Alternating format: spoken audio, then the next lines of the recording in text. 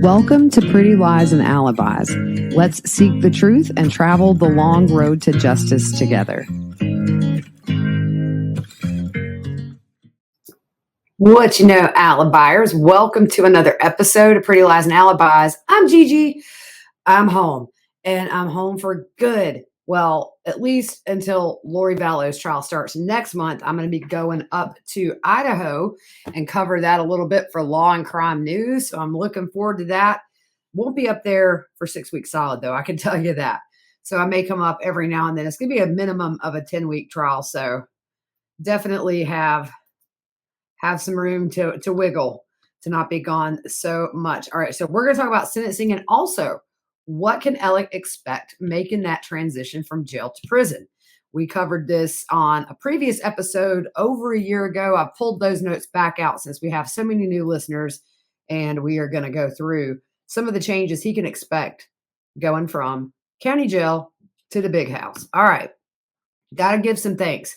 Liz, Cindy and April, KJ, Cherie, Cheryl, Annette, Carolyn, Renee, Suze, Breezy B, Jenny, Lindsay, Diane, Dawn, Bill, Lori, and Peggy. Thank you for your donations. You guys are amazing. Appreciate it.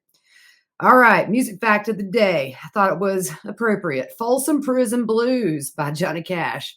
That was a #1 hit for 4 weeks, and he made prison reform his political cause of choice and started performing in jails and prisons, doing about 12 shows a year for free, mostly in Folsom and San Quentin. Well, man, what a wild ride, y'all. It's crazy. So being from South Carolina, it was so cool to sit in this trial because this is my home state. And it was nice to be in there every single day to watch how this unfolded. And there were times where I thought, man, this doesn't look good for the defense. And there were times I thought, this isn't looking so good for the state. I will say, I've told everybody there are 2 holdouts on that jury. What did we find out? There were 2 holdouts. Okay, granted it was for 45 minutes, but I'm curious which ones they are, if it was the ones I thought it may be.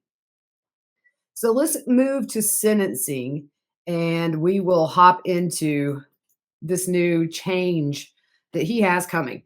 He really showed no emotion during the sentencing at all. Of course, we know Creighton Waters asked for 2 consecutive life sentences as expected. He said, it shows this man to be a cunning manipulator, a man who placed himself above all others, including his family, a man who violated the trust of so many, including his friends, his family, his partners, his profession, but most of all, Maggie and Paul. A man like that should never be allowed to be among free, law-abiding citizens again. Now, he does something here. He offers his condolences to the Murdaugh family, and he says Maggie and Paul, like everyone else, was unaware of who Alec really was. No one really knew him. I've looked in his eyes. He liked to stare me down as he walked by me during this trial, and I could see the real Alec Murdaugh. We've heard how sweet Maggie was. She dived into being a boy's mom, loved her sister, brother-in-law, but again, unaware of who her husband really was. He said that's chilling. None of the family also wished to speak. And I have to say, I understand. It wasn't going to make a difference. It's not like Judge Newman is going to hear from anybody in the Murdaugh family, including Buster, and have any mercy on Alec's sentencing. He's a convicted double murderer. That's life. It's death eligible, but the state didn't go for death. I'm very curious now if they wish they had, because I really do think they could have got it. But as we know, death penalty these days are being used less and less and less. And I know South Carolina, I think we brought back like the firing squad or something. I'm not sure. But it's not like it used to be unless you live in Texas. If you're on death row in Texas, you should be probably pretty nervous. But yeah, so he'll spend life in prison. And we know there's a slew of other financial charges, over 90, close to 100, that he still hasn't been sentenced for, never getting out. And that was confirmed yesterday with the sentencing. But one last thing was Creighton Waters talked about how proud he was of SLED. I know a lot of people have been very critical of the investigation, but at the end of the day, there's a conviction. And that's it. That's all they needed was a conviction. It doesn't matter at this point. Maybe, some things to learn for the future, but they got their conviction and, onward and upward, move on to the next homicide they have to solve. Judge Newman asks, the defense just points out that Alec doesn't have any or violent criminal history or something to that effect. Let me go back up. I actually no prior record. Yeah, they couldn't say a violent history because he was convicted, so he has no prior record. Alec chose to speak. He said, "I'm innocent. I would never hurt Maggie or Paul Paul." Judge Newman said this has been one of the most troubling cases for him as a judge. He said, "We have a wife who's been killed, murdered, a son savagely murdered, a lawyer, a person from a respected family who has had control of justice in this community for over a century, a person whose grandfather's portrait hung in the back of the courthouse that I had to have ordered removed in order to ensure a fair trial was had." He said it was particularly troubling because as a member of the legal community, you practiced law before me, and we've seen each other at various occasions throughout the years. It was especially heartbreaking for me to see you go in the media from being a grieving father who lost his wife and son to being a person indicted and convicted of killing them. And appeals are probably expected or absolutely expected. I would not expect a confession of any kind. Over the past century, your family, including you, have been prosecuting people here in this courtroom and may have received the death penalty, probably for lesser conduct. Woo, that was very pointed. Now, I have to say, for Judge Newman to be pretty much telling Alec Murdaugh what he thought, he said it so eloquently. He's such a soft-spoken man. So it was almost pleasant. I mean, at least for us in there. Definitely not for Alec. But then he asked him, what did he mean by, "Oh, what a tangled web we weave"? And Alec said, "I meant that I lied and continued to lie." So what does Judge Newman say? The question is, when will it end? When will it end? He talks about the notice of alibi that was filed in the case in November. They had the pretrial hearing where he claimed to have not been at the kennels at the time the crime was committed. Then, after witnesses in the trial placed him at the scene of the crime, at the last minute or days, you switched courses and admitted to being there. You will reflect on the last time they, meaning Maggie and Paul, looked you in the eyes. And he said all day, all night, or something to that effect. Alec says, "I'll tell you again, I respect this court, but I'm innocent and I would never, under any circumstances, hurt my wife, Maggie, and I would never, under any circumstances, hurt my son, Paul." Judge Newman says, "It might not have been you.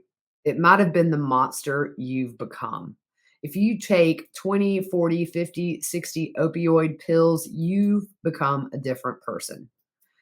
So then he was talking about the financial crimes that are upcoming that he will sit in on, but there are other victims whose cases deserve to be heard. This case has jumped some of the other cases. But amazingly, to have you come testify that it was just another ordinary day, that your wife and son and you were just enjoying life. It's not credible. It's not believable. You could convince yourself, but clearly you could not convince anyone else. That was it. So they take him. Alec was dressed in his tan. It was a Colleton County jail jumpsuit with his orange slides and white socks. Now, what happened yesterday after sentencing? South Carolina don't play. He was immediately taken to Kirkland Reception and Evaluation Center in Columbia. That's about an hour and a half from Walterboro, where the trial was held. He will be there about 30 to 45 days, and he will go to a maximum security prison. Where he's at right now at Kirkland is that houses death row as well as the most violent criminals in the state of South Carolina. So a little bit about that facility. It receives, assesses, classifies, and assigns all male offenders age 17 and above sentenced to 91 days or more. Combined, the R&E process receives approximately 8,000 offenders each year. Kirkland is the site for the maximum security unit that serves the state. The specialized housing unit is where the most dangerous and violent offenders are housed. In addition to the normal inmate population, Kirkland maintains the death row for the entire state. So what's going to happen to him while he's there? He'll get mental and physical health checks, I think dental health checks, education assessments, and other background investigations. They'll look into his past. There is an inmate classification system that uses these guidelines to determine where he will spend the rest of his sentence, and also which custody level is needed. Although I think double murder, you're going to maximum. I don't think they would put you in a minimum or medium security facility if you've been convicted of double murder. He'll go to the big, big house. The department also takes into account what facilities may be best to deal with the inmates, including addiction treatment services. So it could be that if one of the maximums has a better treatment program, they might send him there. One of the maximum securities actually is not far from me at all, like 20 minutes. So he can't have visitors for the first 30 days. Once moved to prison, he could be in segregation for a while. Number one, for his safety. Number two, to acclimate. Number three, because he's notorious. This has been a worldwide case. So a long time ago, back when Fruit Loop was hosting the podcast with me, we did this series called A Glimpse at Life. And what it is, I know somebody in the California prison system who is incarcerated for life. And she and I were just talking back and forth through the JPay email system. She's somebody I've known since I was probably 7. And so I told her, hey, look, I have a podcast. Would you mind giving me the ins on what life is like in prison? And she was like, yeah, I got nothing else to do. So it was really interesting to hear from her perspective what happens in prison now. She's in an all-female prison. Obviously, he's going to a male prison. But I think the themes are pretty consistent between the two. I think it's probably easy to say that it's pretty standard, maybe a little different kind of drama. Women tend to have that normal women drama that I say we, I don't like drama. But you've seen all the shows. If you've watched Orange is the New Black, I mean, it's kind of, you get that female drama. And I'm sure in the men's prisons, you get kind of the same, just probably the same. Look, men can be big babies too, right? So there's no telling. All right. So in county jail, well, the first thing that she told me is what you've seen like on documentaries or TV shows about prison. It's sensationalized and it's not reality. These documentaries that have real inmates, they always put on an act for the camera. It's not how day-to-day life goes in that prison. She said the only way you really know how it goes on the inside is to actually live it. So she said in county jail, high-profile inmates oftentimes will be isolated from other prisoners. We know Alec was housed in like a medical unit for a while. We've heard the jailhouse tapes, things like that. Those jailhouse tapes, y'all, if you haven't heard them, I recommend you go listen. Look, he was talking about winning some kind of a sports bet with other inmates, and he was so proud he got 3 cups of soup and 2 beef sticks. I want to get that on a shirt. 3 cups of soup, 2 beef sticks. But the isolation away from other prisoners can be a blessing or a curse. The blessing being you're alone, no drama. The curse, you have no idea how to play the game when you actually go to prison because you haven't had to in county jail. Now, while awaiting your transfer to prison, this is the words that the person I know in prison wrote to me. You can only replay regrets and build your fear of what is to come. So in her case, she said during the months she was with other prisoners, she had a cellmate who had been to prison who actually tried to prepare her for what prison was like. She said it was helpful, but the reality is you absolutely cannot prepare yourself. You have to live it for a while. She said a kind of numbness sets after conviction and sentencing. This has been true for most of the inmates I've lived with and spoken to. You just want to get it over. The time on the transport bus is surreal. Fear and numbness take turns being in control. There are metal shackles on your waist and ankles for the ride, and I was in a cage similar to what you saw on Con Air. We've all seen the cage that he is put in the back of that black van. He was likely transferred in that very van. So you're given a lice wash, and she said that smell lingers for days. Now, we know that Alec, if you look at the bottom, if you're on YouTube, if you look at the bottom here, that's his new mugshot. They shaved his head. That is usually just to make sure you're not bringing in any creepy crawlies in your hair. But yeah, oh man, I've seen movies where they like throw this powder on you and stuff, but intake is to the point with staff asking point blank, hey, if you die, who do we call? After processing, you're given a bedroll and sent to your building cell. For the most part, the first few days and weeks can be at a temporary building with other new intakes as the processing continues. She said there, reception is vicious. Cases involving children are encouraged by staff to lie, but later on, it'll get you a little tail whipped because they'll say you're a coward and you were lying. So it's kind of a, do you, don't you? It seems like there would just be kind of either way. Now, here's the thing with Alec. He's a smart man in some regards. Definitely not a smart criminal, but a smart man. I think he might do better in prison than we think. We think he's kind of a spoiled rich man who just is thrust into this unknown world, but I do think the way he is able to manipulate people will help him in prison.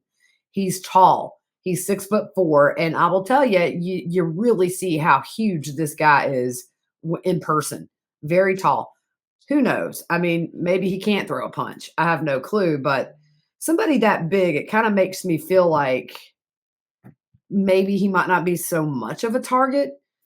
But then you hear 50-50. If somebody's very notorious, everybody kind of wants to hang out with them because they're kind of famous in jail. But at the same time, those notorious inmates can also be targets because some people might just want the badge if they're lifers of saying, hey, I took out Alec Murdaugh, that kind of thing. I mean, it's kind of a 50-50, I think. If the attacks become life threatening, then the staff will move the person into protective custody. And she said the adjustment is just huge. It's a shock to the system. And it's the first time you realize once you're in that prison acclimation period that you are a lifer. This is your reality. Ain't no getting out of it. In jail, she said she had hope while awaiting trial. You think in the back of the mind, maybe you'll be acquitted at trial and leave jail and just go rejoin the world. But once the bus opens its doors, the shackles come off, you're placed in a group holding cell. You are strip searched all together in one room. People are questioning each other about their cases, what time they have, their affiliations with any gangs or anything like that. They have medical and psych exams. Some prisons have dental exams. And for a lot of the first time, the inmates, it was the first time they ever went to a dentist was in that first week in prison in the intake. In jail, you dream of what you might do if you get out, who you will see, where you will eat, what you'll wear. But when a life without parole sentence is handed down, you feel like your life is really over and it hits like a ton of bricks. You feel like an alien walking in with the other new arrivals. Everyone stares, tries to size you up. You feel like you're on display and you have no privacy, none. When you use the potty, when you shower, somebody is always nearby. On average, she said it takes new inmates a couple of years to really feel comfortable. Now, she's been in for 10 years now. And so she definitely understands and now sees the new ones comes in and how they react. Prison overload is the overwhelming feeling of helplessness or any area of owning your own life. The rules, the people, the overcrowded conditions, the substandard food, mediocre medical care, the yelling, the fighting, the bickering, the pettiness, the drunk idiots raising a ruckus, grown adults acting like immature children, the coldness of people and your environment, and the endless days and endless nights, the loneliness, the smells, the tastes, the sounds, the fact that it feels like each day will never end. Sometimes it's so chaotic from sunup to sundown, it fills the air so bad you can taste it. Prison is scary, humiliating, and humbling. You're not in control of a single element of your life except your private thoughts. One inmate described going to prison as being in a hostile community. You don't know anything about the language or the customs when you first get there. On days when prison overload hits, it feels so heavy that addiction, self-harm, and self-sabotage all become real options. Sleep is an actual addiction, as is drugs, alcohol, food, coffee, etc. Now, they can get contraband smuggled in. I don't know.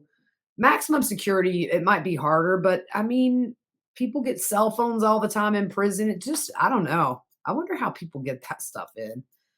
So she talks about prison being constantly loud. You never have a moment, a second of it being absolutely quiet. In jail, it's quieter at times. And the adjustment going from jail to prison, which is never totally quiet, it drives you insane. They don't have earplugs in prison, but tissue or toilet paper shoved in your ears can work okay enough. The homesickness is consuming. You can't prepare for it or avoid it. She sees most people actually lose their religion than gain it in prison. It seems like everybody finds Jesus or whoever they're going to find in prison. But she said the reality is most people lose religion in prison. What adversely affects the staff will eventually adversely affect the inmates, such as lockdown, short staff, everybody's locked down, can't help it. In jail, while she was awaiting trial, she would stay in her bunk away from others to avoid drama, and that was easy. In jail, your laundry was brought to you, and only low levels went to the chow hall, the library, and classes, so it was pretty safe if you were allowed out. But in prison, unless someone was in the SHU, which is the segregation unit where you're by yourself, or locked down, you are mingling with every type of personality you can imagine. And guess what? You can't do nothing about it. You have to deal with it. You can't ask to be moved or sent to another cell block. And if you could, it would be the same thing there, anyways. There's an unwritten code of prison you're supposed to know, but are never taught, which is how to deal with unpleasant people, which guards have pet peeves, and how not to set them off, and how not to make yourself vulnerable. I do think Alec will be fine with the guards. If I've noticed anything in the last 6 weeks, and you guys are going to think I'm crazy, he is very charming with staff. Members of the courthouse, the deputies, he is very pleasant to them, and they exchange smiles or pleasantries with him. I do think that he's smart enough that he might do okay, especially if he can get on the guard's good side. If you come in with a chip on your shoulder and disrespect people initially or act high and mighty, you are a huge target.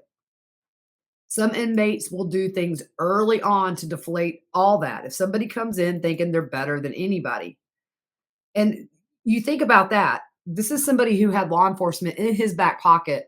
The family had law enforcement kind of at their disposal for quite a long time.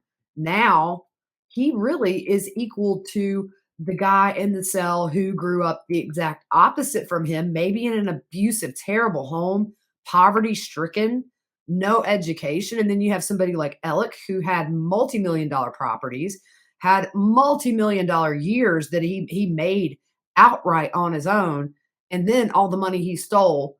Some of these people would never earn that much if they live 5 lives in a row. But the minute he walks in prison, he is absolutely the same as that dude over there who grew up the exact opposite. It is probably a big slice of humble pie coming his way. Also, you may never know who an inmate is friends with, and while it may not bother the recipient of the disrespect, she has seen their friends take over the punishment. In other words, if he were to pop off about this dude over here, not knowing that dude by his side is friends, they might just start wailing on him. You can't bring anything with you except the clothes on your back, prescription, eyeglasses, and a list of medications you take from your doctor. Initially, during her transition from jail to prison, she had a hard time resolving in her mind that she'll never get to hug her family. She would lose everybody she loved one by one, and all she could do was sit in her cell. Some days felt endless, with 24 hours feeling like a month. She said one confusing thing was learning the schedule for unlocking the cells. There's an announcement over the PA, and if you miss it, you miss it. It's supposed to be at the same time every day, but it never is, according to her. Now, this is very specific to her prison, but I have heard from other people who have been in prison, it's kind of universal. All these things that she says from a women's prison, doesn't matter if you're in a men's prison in South Carolina or a women's prison in California. Some things are just very universal. They don't open the doors for anybody. So let's say you sleep through. When they open up and shut, you're in for hours, and they're not going to let you out. Oops, sorry. See you at lunch. The first month in prison, Alec's not going to like this. No commissary. So you don't have anything other than clothing and chow meals, no TV, no radio or clock. Sometimes new arrivals have to give 50, which is giving half of your first few commissary purchases. Every good deed done by another inmate has a price. Not much is from the kindness of hearts in prison. So for her, wake up time 6 a.m. and that comes with staff change. They come over the intercom and give the instructions for wake up. She said it's never really dark in your cell and you have to hear everyone's snores and bodily functions all night long. Sounds nice. Not. Prison is full of manipulators. This is where I think Alec will do well. I think he will be very successful at manipulating people. However, that can backfire for reasons we can all imagine. A lot of people enter prison thinking they have the advantage if they were particularly good at manipulating on the outside, but inside, you are most likely to be inexperienced and terrible at manipulating other inmates. Some of these people have been in and out their entire lives, especially people who are coming in for the first time. They seem to think, I got a one up, I'm smart, I've been to college, I'm a lawyer, I got these guys. Most of the time, it doesn't take long for that to be realized by the old inmates, and they are essentially stripped bare on that level. You have to earn respect in prison, and it does not come quick. So, if you're outside, once they are able to go where it's outside. So, in jail, he probably wasn't able to go outside. In prison, you can go outside, but as you know, you can't just wander around and take a leisurely stroll in any area you want. Areas are claimed oftentimes by races or gangs. It's the same with Chow Hall. Nobody cares how powerful or successful you were on the outside. In prison, you are mixed in with severely mentally ill inmates, homeless inmates, blue collar, and super wealthy on the outside inmates. If you let it be known you come from money, guess what? You're targeted for many reasons, especially favors in the form of having your family on the outside put money on the books for other inmates. Suicide attempts are common in the first few months for inmates. If those who are struggling just really don't attempt suicide, she said most really do check out emotionally at minimum. She's seen people almost comatose, just gone, just not able to adjust quickly. They may be moved to a mental unit, but almost always they come back. There's just too many people dealing with that level of emotion for staff to deal with. So you're integrated into prison and you cross your fingers that you aren't the victim of some random attack. Using drugs is also a common way to check out emotionally. She's seen middle class and high society women come in for nonviolent crimes with no history of drug use, and in no time, they've been addicted to hard drugs.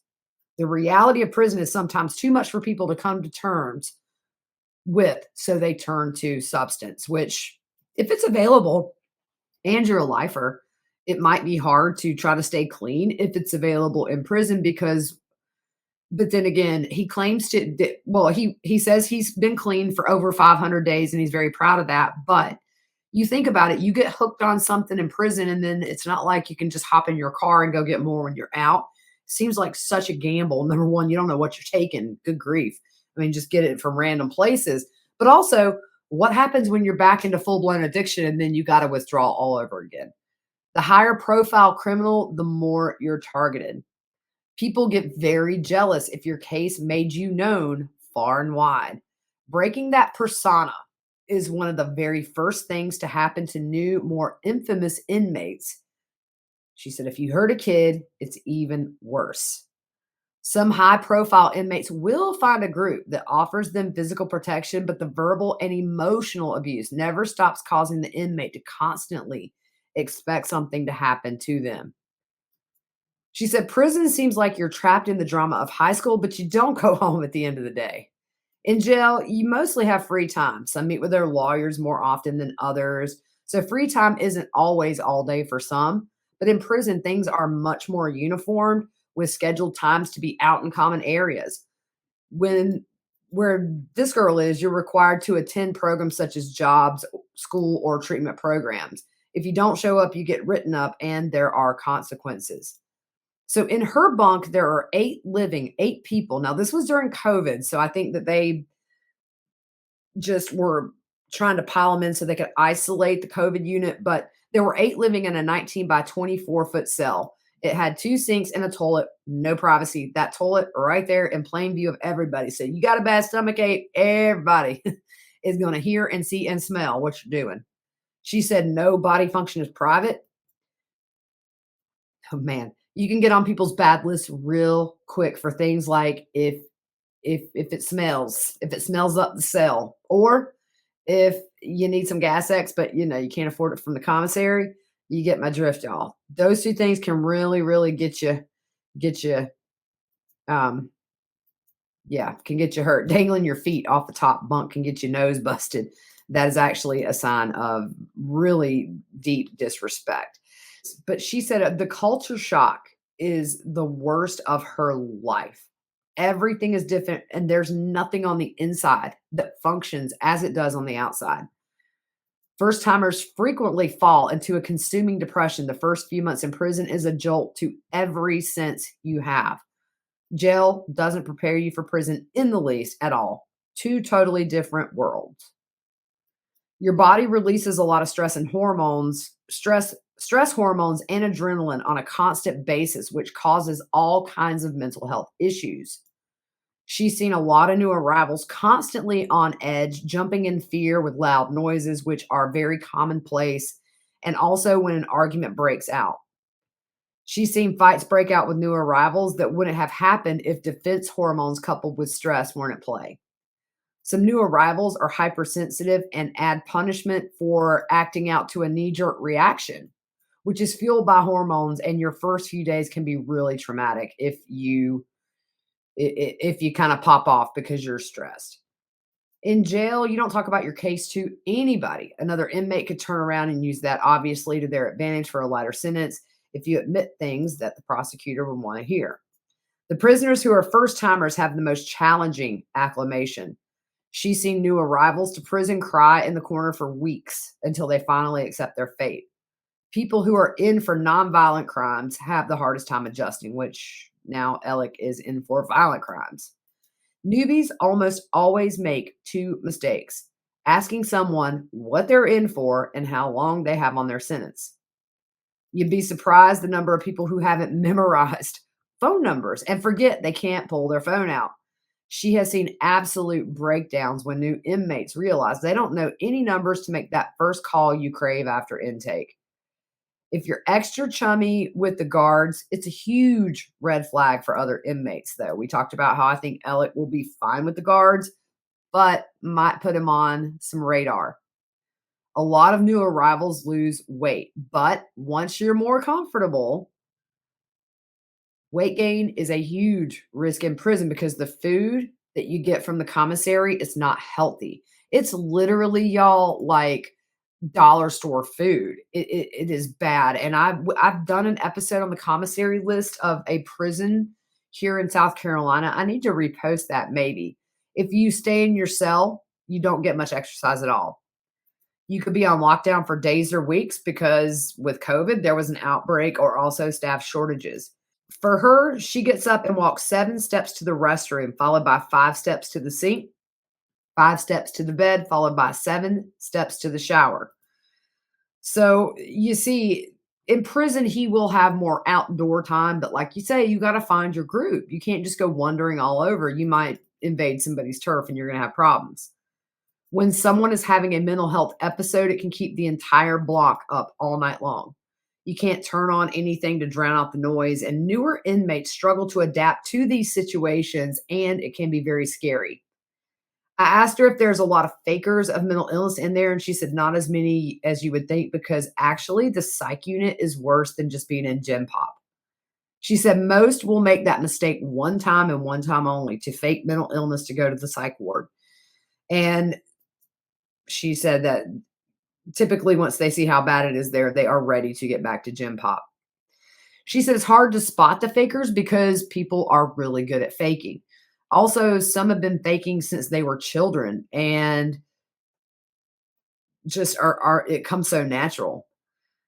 They might forget, like, but she said the best way to spot a faker is when they slip up. They might forget their tick is on the left-hand side and not the right. They might cry with no tears. Where have we heard that? They claim anxiety, but their pupils are not dilated and their body is calm. They'll have every single symptom in the book, but here, honestly, a lot of fakers love to boast and teach how they did it so that others can become fakers too. Crisis is when they strip you down and give you a Velcro dress. You're placed in a room with staff sitting outside your door and watching you 24/7 until that psych hold is released. You must ask for toilet paper each time you need it. Nothing in the room but a plastic bunk and a toilet. In county jail, the toilet was a hole in the ground and the staff flushed it. Ugh. You're not allowed utensils to eat with when you're in segregation due to mental health issues, even plastic, which we have in prison, no metal. People in crisis are giving a cardboard scoop to eat with. Some fakers will say they feel like they want to hurt themselves so they can get the psych to take them serious or for sympathy from friends and lovers. They are careful to time it so they don't have to stay in for more than 24 hours. They can keep you up to 72 on a 5150 hold, which is an involuntary psych hold. If the unit stinks of human filth, as does the medical and elderly unit from people who are incontinent. The inmates react violently and break windows sometimes in the psych unit. All the furniture is solid and bolted to the floor. There are timeout cages in the day room and the lobby. They're 7 feet tall and about 3 to 4 feet wide on each side. People are locked in them when they become disruptive. Mental health patients eat in the chow hall, but usually go last because of high risk of outbursts, which will delay the rest of the yard having their meal. If someone gets unruly and needs to be pepper sprayed on the unit, you're likely to get a whiff of it and have your own symptoms. When there's a fight in the cell block common areas, everyone has to get belly down on the ground until the nurse checks injuries to see if any of the inmates are injured. Sometimes that can take 30 minutes or more to get the nurse there and to check those inmates out. So you may be 30 minutes to an hour laying on your stomach in a cold cell. Troublemakers can essentially cause punishment for the entire block. If there are frequent I keep wanting to say flights. It's fights. Fights. There we go. Or disruptions. It can cause people who are not involved to not get their mail, their canteen, or their free time. Not being able to choose an outfit or be able to go where you want, when you want, are examples of little things that grate on you. The little things become big when it's a daily reminder that your life is not your own and never will be again. Sometimes little things cause your spirit to break, not necessarily big things. Keeping prisoners busy cuts down on drama. Because of prisoners being kept busy, this can cut down on the amount of time you have in the evenings to make calls during your unit's time to call loved ones, which leads to drama if one person hogs the phone. Boy, he likes to call and talk for like the extended time. He's going to have the commissary money. He's going to have all the money on his JPay account. He'll get his little tablet. She has a tablet where she can download little games and apps that play games, emails. They can do video chat on those. You can do voice calls on those. At one point, the tablets were taken away, and when I would email her, she would have to go to a kiosk and it would print out for her. COVID has dramatically changed how the prison functions. Staff shortages have increased the amount of time the inmates have outside their cells. Some of the lockdowns lasted weeks, and that's for any outbreak of any disease or virus, like just a stomach virus. She said those things move through units like nothing. And she said there's nothing more miserable than a whole block of people that's got it coming out one end or the other or both, because she said it is just miserable. It's terrible. If you've got to puke and your cellmate's doing something, you got to figure something out. She said when there's extended periods of lockdown, there's increased cell drama between people who are stir crazy and you can't escape it. If one person gets a stomach virus or something, or during COVID, if one person tested positive, the entire unit was sent to an isolation building for quarantine. She said, as lockdowns get more frequent, so does the making of hooch. They use anything from candy, beets, corn, and fruit to make it. She said, when it's finished, it's a little bit stronger than wine. In jail, the officers are deputies first, then employees. In prison, they're employees first and correctional officers second. In prison, you can get away with a little bit more as long as you aren't hurting anyone or interfering with their job. She said, for the most part, if correctional officers enforced every single little thing, they would never stop writing people up for small infractions. And apparently, they don't like writing people up. So you're going to be on their list if you're frequently getting written up. She also said friendship is the risk of codependency. She said, I see couples who will sabotage their mate's chance to go home so they won't be alone. That's not something Alec will have to worry about as far as going home. It's called taking someone's date. You kind of set them up to get written up, which costs you days. A parole board will roll a person over 1, 3, 5 years or more for a single write up if it's close to parole. A rollover is when the board denies to release someone and sets their next evaluation for years in the future. Friendships, making friends in prison, you risk financial, emotional, physical, psychological, and freedom days. Yet human nature compels us to make friends.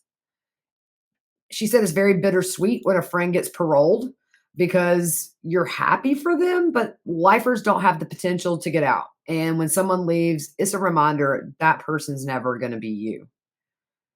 Friendships in prison, for the most part, are just convenience. You are forced to live together with people whose personalities may be completely opposite of yours. Most friendships last only in prison. She said, for the most part, you can spend years with somebody all day, every day, only to never hear from them again when they're paroled. It's a reminder that now on the outside, you probably would have never hung out with this person, but on the inside, you're thick as thieves. And that's just survival. There are packs of men and women who do everything together in prison. And for the most part, friends in prison fulfills the needs of the moment. She said, you're part of a game, even if you don't want to play. So a prison sentence is set at 80%. That's not really Alex. He is natural life. So he will definitely never get out. She said, interestingly enough, most inmates do not lose sleep over their crimes, but see themselves as the victim due to the fact that they're incarcerated. She said, unlike on TV, it's not a daily fight for survival from other inmates. It's a daily fight with the boredom, homesickness, and other self-inflicted things. The potential for violence, very real though, and it adds another layer of constant stress you never shake. The number of people who have had severely traumatic childhoods is more often than not. She said it's not surprising a lot of these inmates ended up where they did. Many were abused, abandoned, raised by addicts, or had parents who were incarcerated themselves. And she said it results in a cycle of offending from generation to generation. At the same time, you have people like her who never saw a courtroom a day in their life and was a law-abiding citizen until the wrong choice changed all that. One fellow inmate was an educator until she tried drugs. It all started taking Valium and Xanax for stress, and her source started giving her other things to try. And once addicted, she's in for robbery and left behind a very normal marriage and mom life until drugs took over. Nobody in her family had a history. So you see that, like, he's got such an adjustment coming. He has no clue what he's in for. He's never been in prison. There's nothing you can do to prepare yourself. In prison, for women, Kool-Aid powder.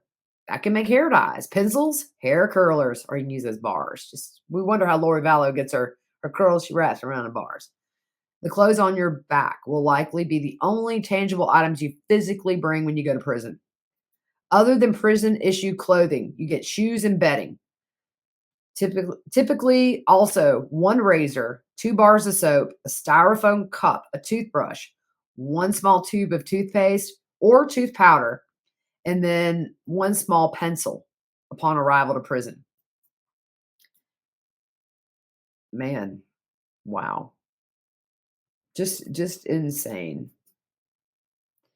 So for dining, she said you might be able to take one piece of unpeeled fruit back to your cell only on weekends at her place, back to the unit. It must be eaten prior to the next meal, and excess fruit and food items will be compensated because you can make hooch. All right, commissary. Let's talk about that because we know Alec likes his soups and his beef sticks. The average income per year for a prisoner is around $180 and up to 660. The higher amount is not common, and those are for people who have been really there for a long time. Now, here's the interesting thing. Alec is at some point going to be required probably to pay restitution. That affects your commissary. So any money that's put on your books, the prison gets a ton of that money and it goes to your victims. I think when the financial crimes, either he pleads guilty or I don't think he's going to take all those to trial. Who knows? But it's like if somebody puts $100 on his commissary, he might get $15 of that. I don't know the spread or how it goes. For her, they have what they call quarterly boxes. Some prisons do this. There is a weekly amount you can spend between $40 and $80.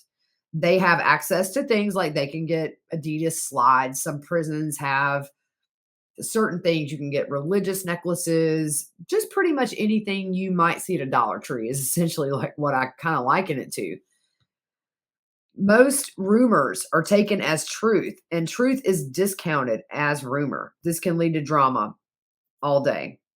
There is a de-evolution process in prison. You slowly shed the outside, and on the inside, you find yourself getting more primitive. In prison, you battle the people inside you, the individual and the prisoner. Some days, all you can do is just be human. She's seen people in for a couple of years slowly descend into absolute madness, and she sees personality changes. And by the time they leave, she said they're unrecognizable from the person they came in as. The bunks are hard and have a thin vinyl mattress. A lot of inmates have physical pain on a daily basis due to this. People who have committed crimes against children are huge targets. I mean, just big time. She's actually in the same prison as, oh man, what's that documentary? It was so devastating. Gabriel Fernandez. She is in the same prison as Gabriel Fernandez's mother, by the way, this person that I know. And I've lost me place. You guys know how I am. She said prisoners, by the way, love true crime shows. They'll sit and watch them. I cannot think of anything I would not want to rather watch. I mean, really, can you even imagine sitting in prison watching true crime? A lot of the prison population are in gangs, and it started young, sometimes as early as 8 that she has seen. This gives you a group to keep you safe, but oftentimes you're in debt to them. Speaking of being in debt to somebody, the new arrivals are often super desperate to find a group to hang with, and they are preyed upon. They're seen as being desperate. So the smallest acts that may seem kind often come with a price to pay to return that favor. Sometimes it could be, hey, you got to do my laundry, or as big as you need to go hurt this person or take these drugs to this cell. The person who loaned whatever it is will be the one giving the terms for repayment.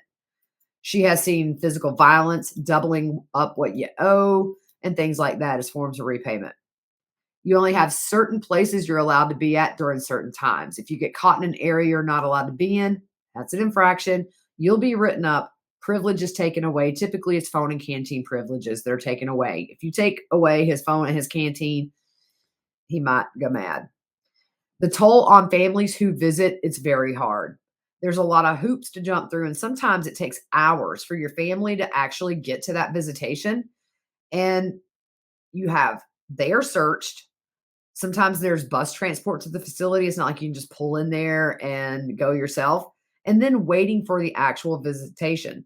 Some families sacrifice a whole weekend for an hour of visitation. But if you get in trouble right before your scheduled visit, it can be taken away in an instant, and all their troubles are for nothing. Or You get some bad seeds in your pod, you get locked down. Doesn't matter, you were innocent, you don't get your visitation. When prisoners complain about the food, the conditions, or anything, the famous phrase they hear is deal with it. This is prison. If you don't like it, don't come. The standard issue of prison clothing is underwear, socks, and usually a jumpsuit or scrub top and bottoms. They're not guaranteed to fit, nor are they good or comfortable quality. You can order things from the commissary if you have somebody putting money on your books. The prison gives this person 5 pairs of underwear every 6 months. And a lot of times the sizes are wrong and they're cheaply made, so they're itchy or they don't last. So, about restitution. Okay, here's the example. If you have $100 in your account, you could end up with $12 after restitution is taken out. This can go on endlessly if your restitution is a large amount.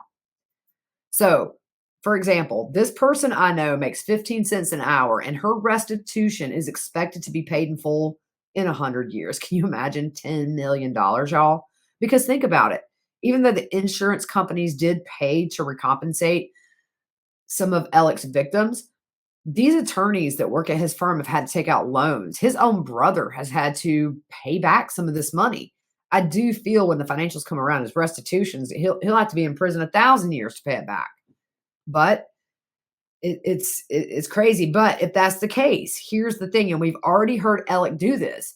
You can find someone you trust and have family put money on their books and get them to order. That was one of the jail calls where he was calling, I believe, his sister-in-law, his brother's wife, to say, hey, I need this done in 10 minutes. This is the guy's name. And he doesn't get commissary. And I guess $60 a week wasn't enough, or a month. I forgot. Was it 60 a month? The inmate jobs include porters, which are janitors, clerical.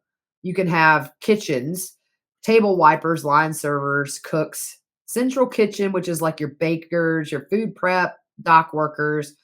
And then you have the Prison Industry Association. They do optical, textiles, healthcare, facility management, construction, and assistant to disability inmates or disabled inmates. Pay begins at 4 cents an hour and goes to $1 an hour where she's at.